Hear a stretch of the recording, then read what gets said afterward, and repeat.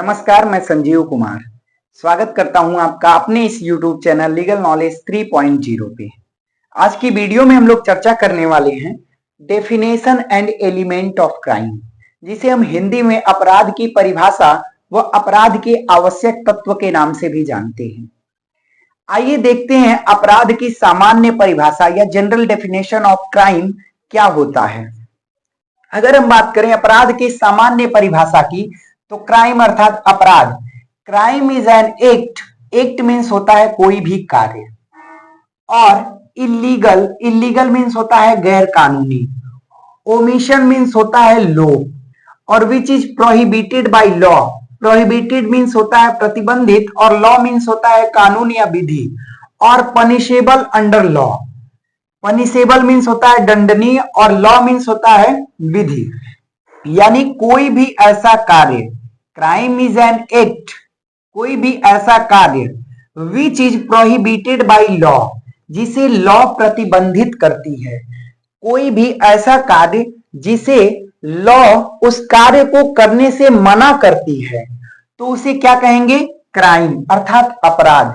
या फिर crime is an act, कोई भी ऐसा कोई भी ऐसा कार्य जिसे अंडर लॉ पनिशेबल बनाया गया है, मतलब विधि के अंतर्गत दंडनीय बताया गया है, ऐसे कार्य को, ऐसे कृत्य को हम अपराध कहेंगे।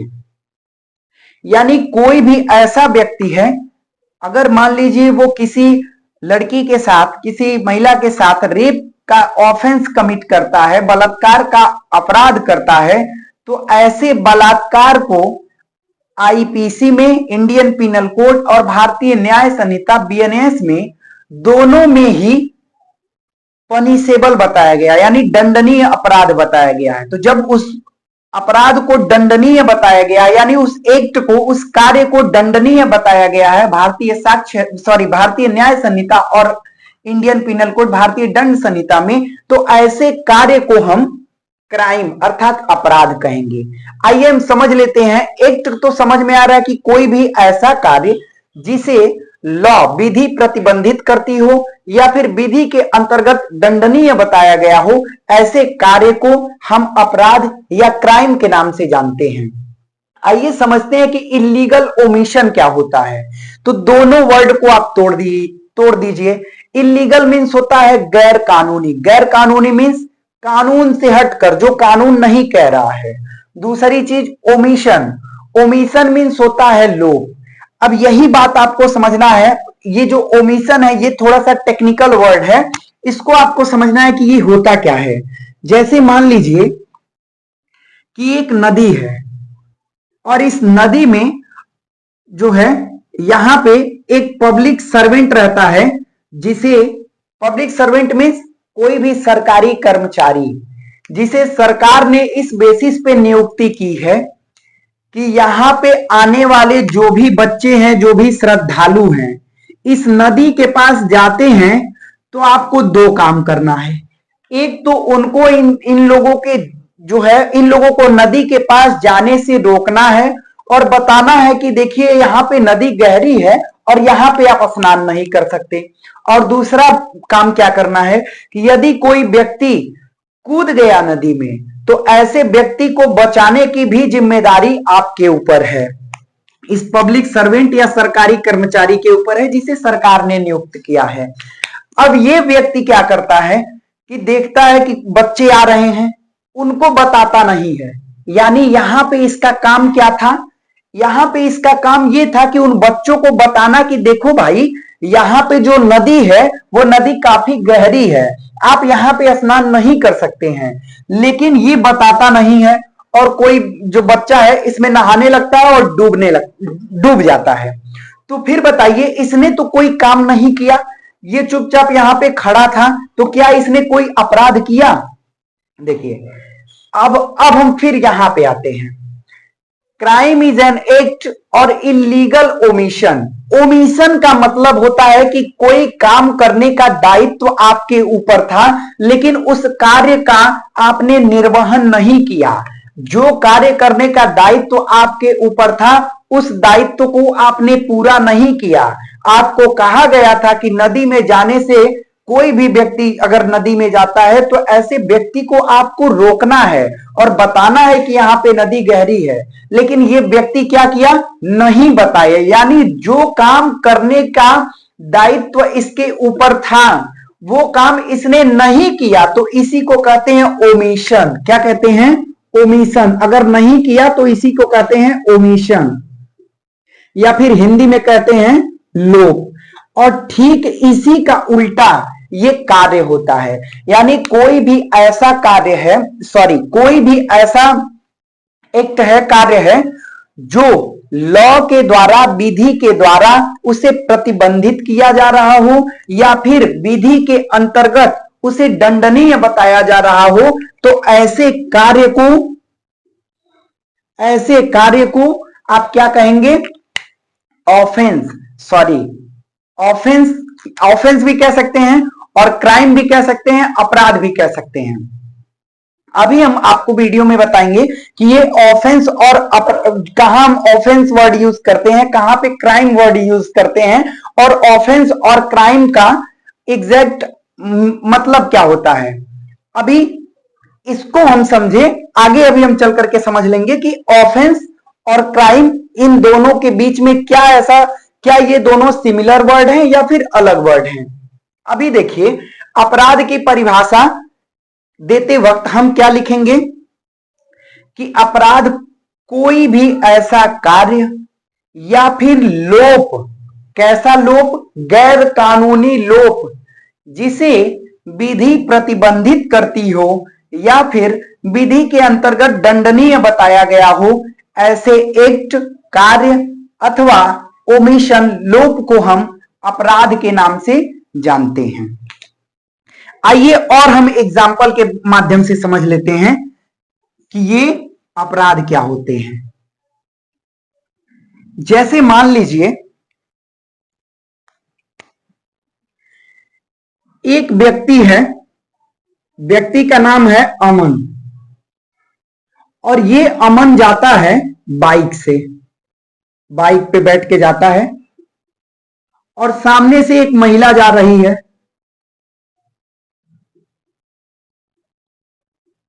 महिला के गले में सोने का चैन है, महिला के गले में क्या है, सोने का चैन है। अमन बाइक चलाते हुए जाता है और महिला के गले से उस चैन को स्नैच कर लेता है। क्या करता है, उस चैन को स्नैच कर लेता है, छीन लेता है, झपट लेता है। तो फिर क्या हम ये कहें कि अमन अपराध किया? देखिए, अपराध की परिभाषा में हम लोग ये समझे हैं कि अपराध कोई भी ऐसा कार्य है या फिर लोप है जो विधि के द्वारा, कैसा लोप, गैर कानूनी लोप, अर्थात इलीगल ओमिशन। अपराध एक ऐसा कार्य या गैर कानूनी लोप है जो विधि के द्वारा प्रतिबंधित किया गया हो या फिर विधि के अंतर्गत दंडनीय बताया गया हो, उसे हम अपराध कहते हैं या फिर अपराध के नाम से जानते हैं। तो क्या ये अमन कौन सा एक्ट कर रहा है? एक्ट मीन्स कार्य। अमन कौन सा कार्य कर रहा है? उस महिला के गले से चैन को स्नैच कर रहा है, छीन रहा है। तो क्या ऐसे कार्य को लॉ के अंदर प्रतिबंधित और विधि, लॉ के अंदर दंडनीय बताया गया है? बिल्कुल बताया गया है। भारतीय न्याय संहिता बीएनएस के धारा 304 में एक ऑफेंस है, अपराध है, जिसे हम स्नैचिंग के नाम से भी जानते हैं, झपटमारी के नाम से भी जानते हैं। तो कहा इस बीएनएस में, भारतीय न्याय संहिता में, जो हमारी भारतीय न्याय संहिता है, इसमें इस कार्य को, अमन के द्वारा किए गए कार्य को दंडनीय बताया गया है कि कोई भी ऐसा काम करेगा तो उसे, वो जो है दंड का भागी होगा, उसे पनिशमेंट दी जाएगी। तो इस कार्य को जब दंडनीय बता दिया गया विधि के द्वारा, और विधि के द्वारा ऐसे कार्य को प्रतिबंधित कर दिया गया कि ऐसा कार्य नहीं करना है, तो यही कार्य जो है अपराध हो जाएगा। ठीक। और लोप के कंडीशन में, जैसे हमने आपको एक एग्जांपल अभी दिया था, अब एक एग्जांपल और ले लीजिए, ये एक्ट से रिलेटेड हो गया, ओमिशन से रिलेटेड ले लीजिए। ओमिशन कैसा, अभी देखिए मैं बताता हूं। मान लीजिए यहां पे पतला सा रास्ता गया है, यहां पे काफी गवर्नमेंट का ट्रांसफार्मर लगा हुआ है, और यहां क्या होता है, सरकारी पावर हाउस है। पावर हाउस का मतलब ये है जहां से सबके घरों में बिजली पहुंचती है। तो सरकारी पावर हाउस है, यहां पे एक गार्ड को बैठाया गया है। किसको? गार्ड को बैठाया गया है, और यहां पे एक गार्ड को बैठाया गया है।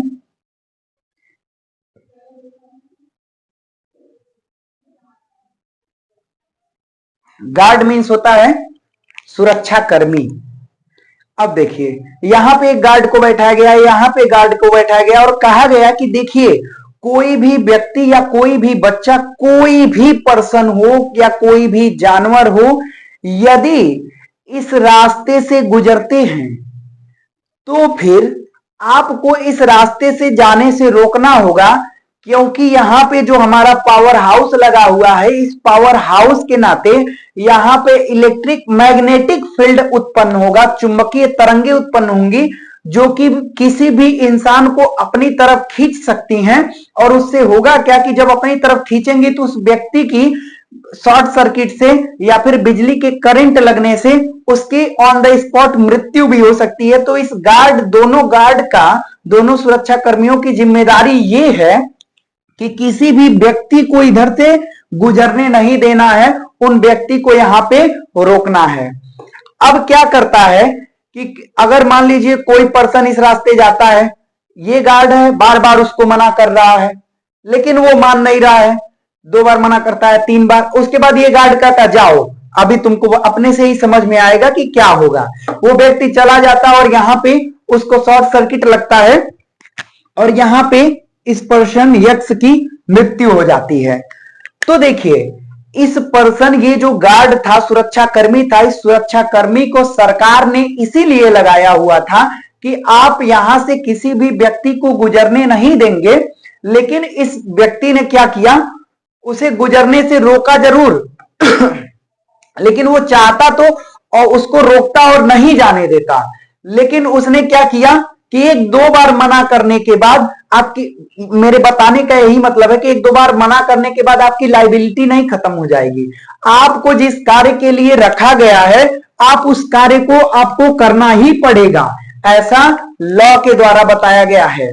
तो फिर जिस कार्य के लिए आपको रखा गया है, यहां आप इस व्यक्ति को नहीं रोकते हैं और यक्ष आगे जाता है, इसको शॉर्ट सर्किट लगती है और इसकी मृत्यु हो जाती है, तो इसकी जिम्मेदारी किस पे होगी? इस गार्ड पे। गार्ड नंबर 1 है मान लीजिए, और ये 2 है।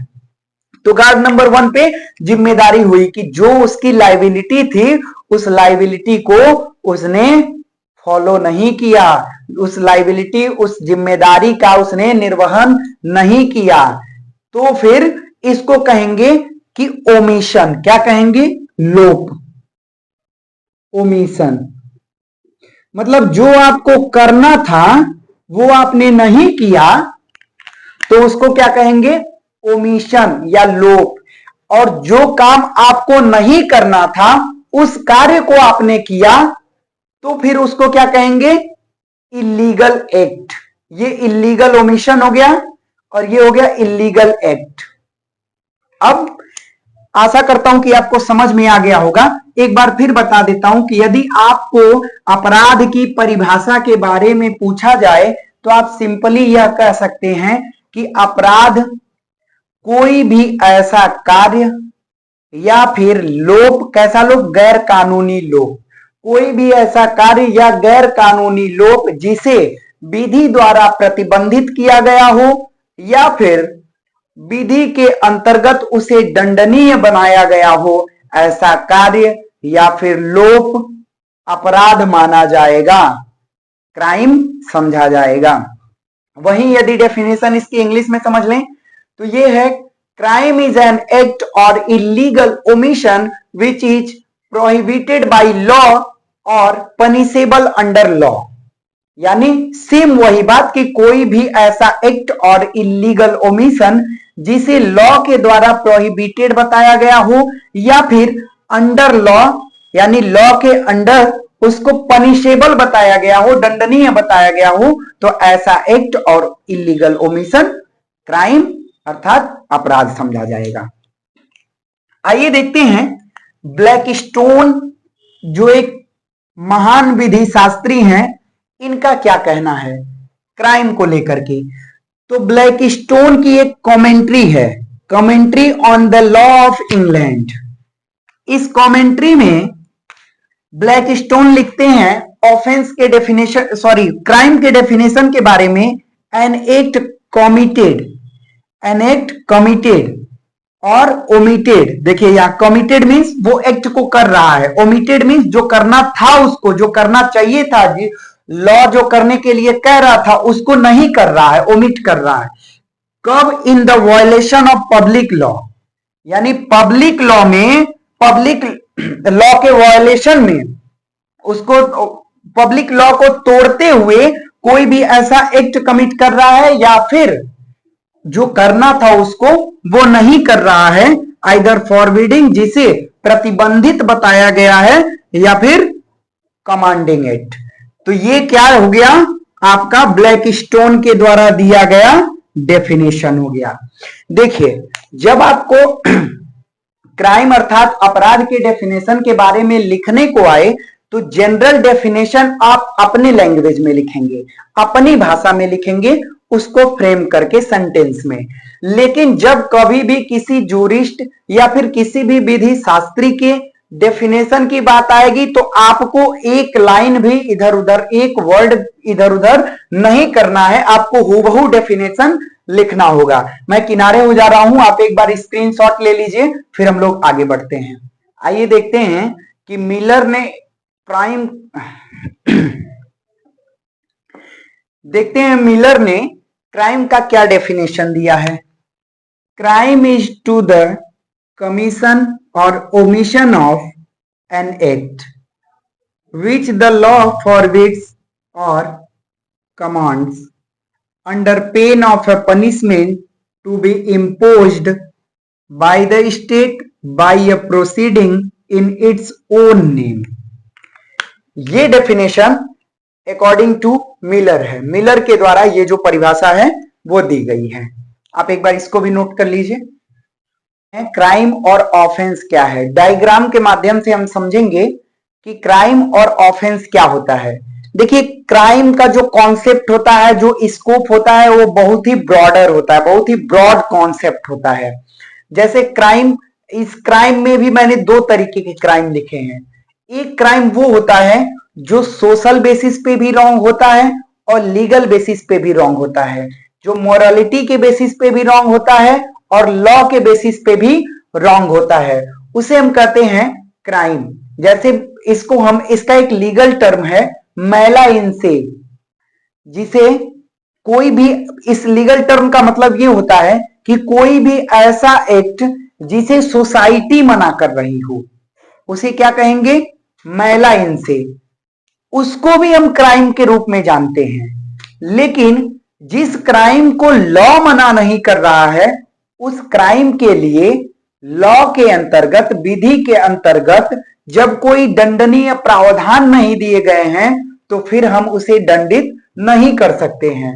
इसमें हम एग्जाम्पल के रूप में हम ये समझ सकते हैं कि जैसे सोसाइटी इंटरकास्ट मैरिज को नहीं मानती है, अंतरजातीय विवाह को नहीं मानती है, अपराध मानती है, तो ऐसा अपराध जो सोसाइटी के द्वारा प्रतिबंधित किया जा रहा हो, जो सोसाइटी के द्वारा मना किया जा रहा हो, उसे हम लीगल टर्म मैला इनसे के रूप में समझते हैं। इसे भी हम क्राइम जानते हैं, क्राइम मानते हैं। लेकिन ऐसे क्राइम के लिए कोई भी पनिशमेंट नहीं बनाई गई है किसी भी विधि के अंतर्गत, तो फिर इसे हम उस व्यक्ति को जो कि सोशल बेसिस पे, सामाजिक बेसिस पे या फिर मोरालिटी, नैतिकता के बेसिस पे रॉन्ग या फिर गलत कर रहा है, तो उसे हम सजा नहीं दे सकते हैं। इसका दो एग्जाम्पल हम आपको देते हैं। एक तो बताया मैंने अंतरजातीय विवाह, अंतरजातीय विवाह, जिसे हम इंटरकास्ट मैरिज भी कहते हैं। दूसरा हम ये मान लेते हैं, एक एग्जाम्पल ले लीजिए, जैसे कोई व्यक्ति भूख से तड़प रहा है और वो आपके पास आता है और आपसे कहता है कि आप मुझे कुछ खाने को दे दीजिए, मैंने कई दिनों से कुछ नहीं खाया है, और आप ऐसे व्यक्ति की मदद नहीं करते हैं, उसे कुछ खाने के लिए नहीं देते हैं, और सामने वाले व्यक्ति की भूख के कारण मृत्यु हो जाती है, तो क्या आपको किसी ऑफेंस, किसी भी क्राइम के लिए जो है दंडित किया जाए? इस प्रकार के कार्य को किसी भी कानून में दंडनीय नहीं बनाया गया है, इसलिए ऐसे कृत्य, ऐसे एक्ट के लिए आपको दंडित नहीं किया जाएगा। यही मैला इन से है। एक बात और समझिए, एक और एग्जाम्पल ले लें। अगला एग्जाम्पल, मान लीजिए आपका एग्जाम 9 बजे से है, आप 8:30 बजे जल्दी से अपनी मोटरसाइकिल निकालते हैं और कॉलेज के लिए निकल जाते हैं। कॉलेज पहुंचते टाइम एक चौराहे पे बीच में ही आप देखते हैं कोई व्यक्ति है जिसका एक्सीडेंट हुआ है और इसको हॉस्पिटल पहुंचा दूं, नहीं तो इसकी मृत्यु भी हो सकती है, और वो दर्द से जोर जोर से करा रहा है। आप देखते हैं, मोटरसाइकिल को रोकते हैं, तभी आपको तुरंत याद आता है कि अरे मेरे एग्जाम का टाइम हो गया है, मैं समय से नहीं पहुंचूंगा तो मुझे जो है एग्जाम में बैठने नहीं दिया जाएगा। तो आप क्या कर रहे हैं, आप अपनी मोटरसाइकिल भगाते हैं और आप चले जाते हैं कॉलेज में एग्जाम देने, और आप उस व्यक्ति को हॉस्पिटल नहीं पहुंचाते हैं, जिसकी वजह से उस व्यक्ति की मृत्यु हो जाती है। तो क्या आपको यह कहा जाए कि आपने क्राइम किया? क्या यह कहा जाए कि आपको उस क्राइम के लिए दंडित भी किया जाएगा? तो देखिए, सोसाइटी के बेसिस पे तो आपने क्राइम किया, आपने गलत किया, लेकिन इस प्रकार के कृत्य के लिए आपको कहीं से भी विधि के अंतर्गत दंडनीय नहीं बताया गया है इस कार्य के लिए, तो आपको उसको हॉस्पिटल नहीं पहुंचाते हैं। जो व्यक्ति है, जो दुर्घटनाग्रस्त व्यक्ति है, उसको आप हॉस्पिटल नहीं पहुंचाते हैं, तो आपको किसी भी विधि के अंतर्गत दंडित नहीं किया जाएगा। इसे हम जानते हैं मैला इन से के नाम से, इसे भी हम क्राइम कहते हैं। और इसका जो और छोटा कॉन्सेप्ट होता है, इसको भी क्राइम के नाम से समझते हैं, लेकिन इसका लीगल टर्म जो होता है वो होता है मैला इन प्रोहिबिटम।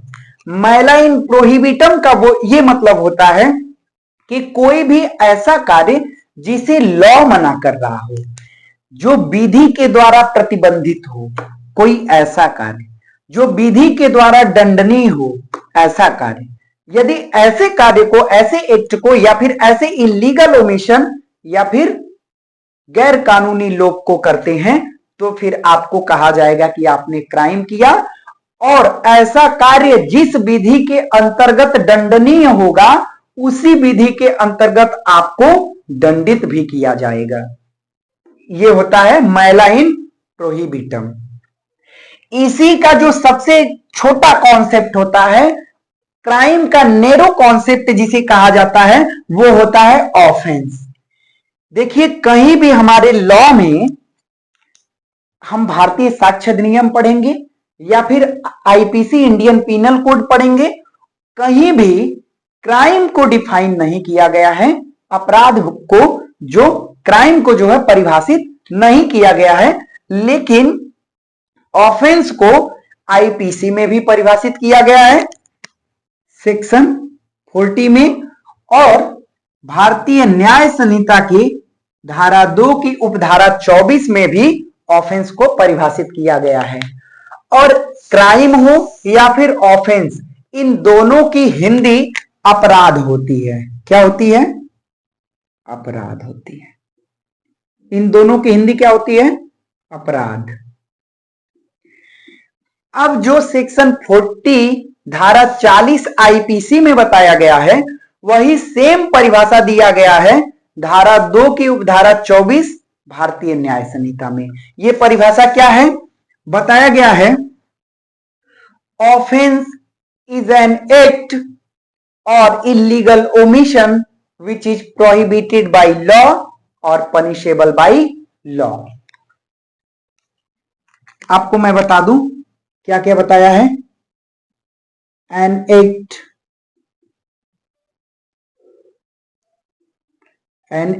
or illegal omission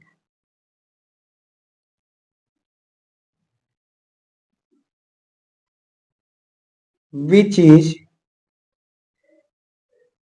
punishable under। अब जब आईपीसी में आप परिभाषा पढ़ेंगे तो लिखा है एन एक्ट और omission which is punishable under Indian penal code. ठीक, और यही परिभाषा जब आप पढ़ेंगे भारतीय न्याय संहिता में तो लिखा है एन एक्ट और omission which is punishable under भारतीय न्याय संहिता। ये हमारा जो है ऑफेंस की डेफिनेशन दी गई है, इसको आप लोग एक बार देख लीजिए। अब हम लोग देखेंगे इसेंशियल एलिमेंट ऑफ क्राइम, यानी अपराध के आवश्यक तत्व क्या हैं, यानी किसी भी अपराध को होने के लिए किन किन आवश्यक तत्वों का होना जरूरी होता है, जिसमें सबसे पहला आवश्यक तत्व है ह्यूमन बीइंग, दूसरा आवश्यक तत्व है मेंस रिया जिसे हम दुराशय के नाम से भी जानते हैं, हिंदी में इसे दुराशय कहते हैं, और तीसरा जो एलिमेंट है वो है एक्टस रियस, चौथा एलिमेंट है इंजरी।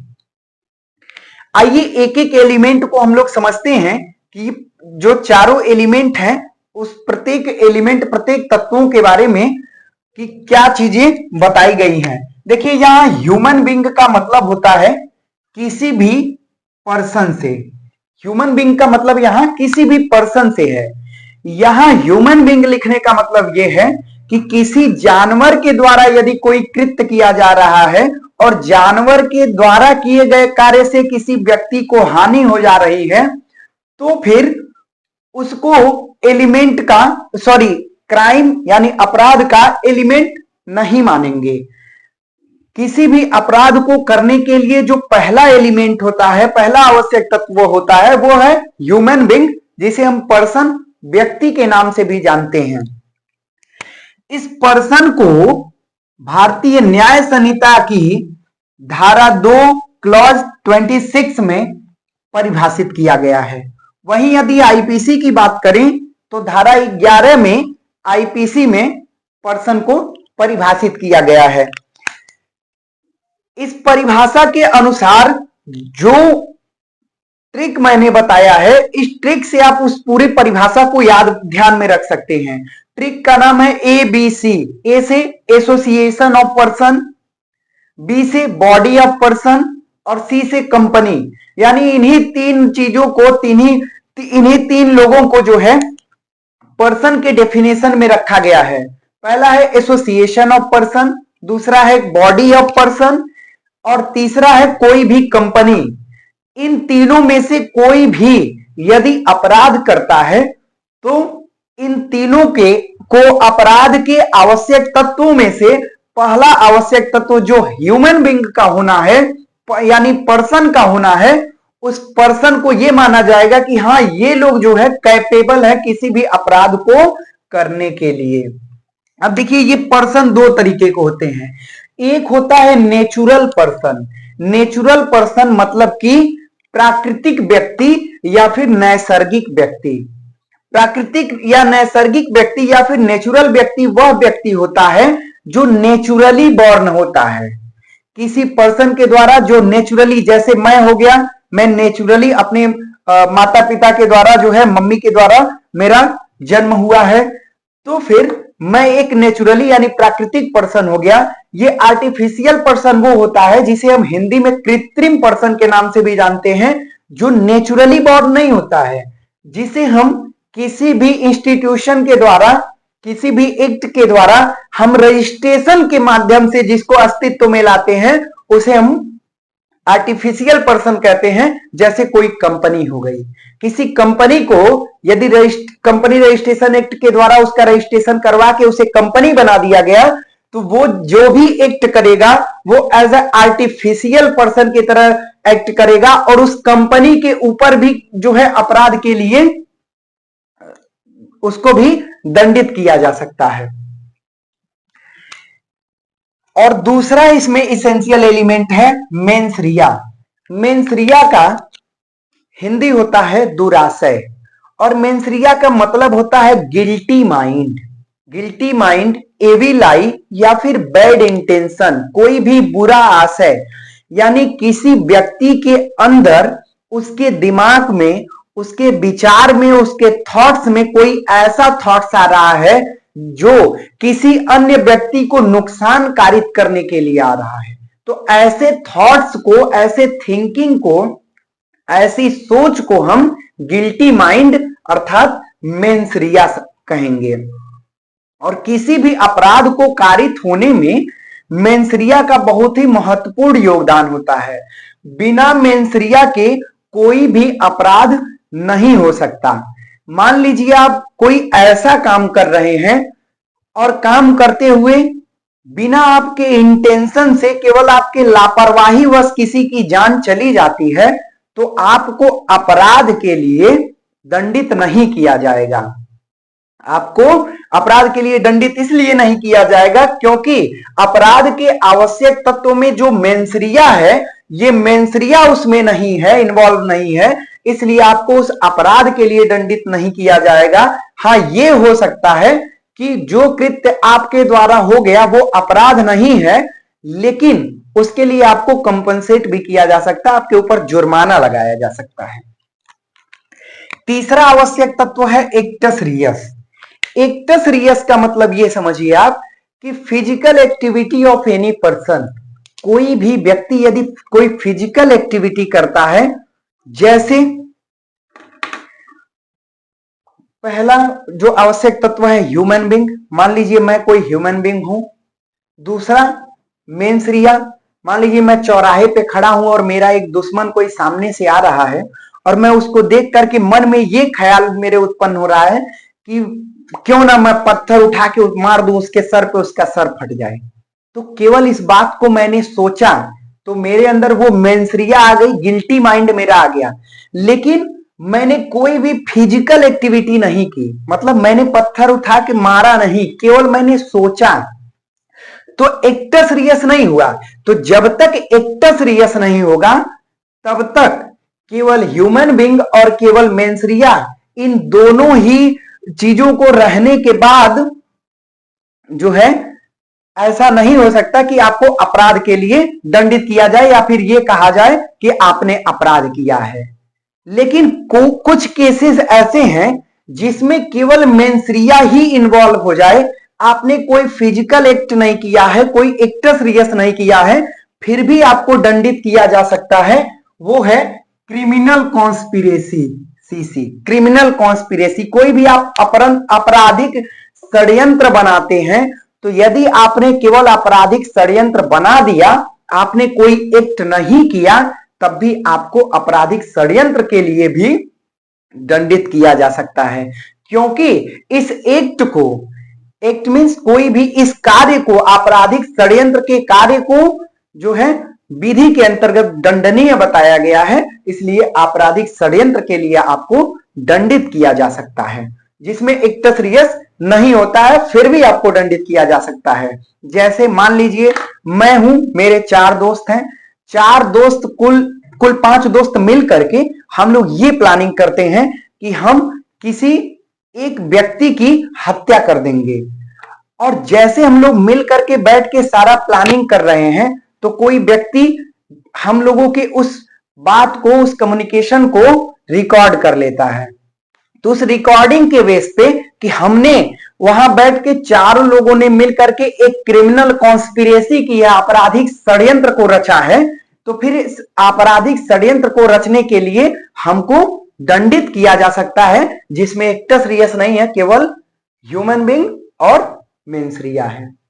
वहीं जो चौराहे वाला एग्जाम्पल था, चौराहे पे यदि मैं पत्थर उठा के मार दूं तो मैंने फिजिकल एक्टिविटी भी कर दी, तो एक्टस रियस भी हो गया। तो फिर क्या हो गया, अपराध के 3 इसेंशियल पूरे हो गए।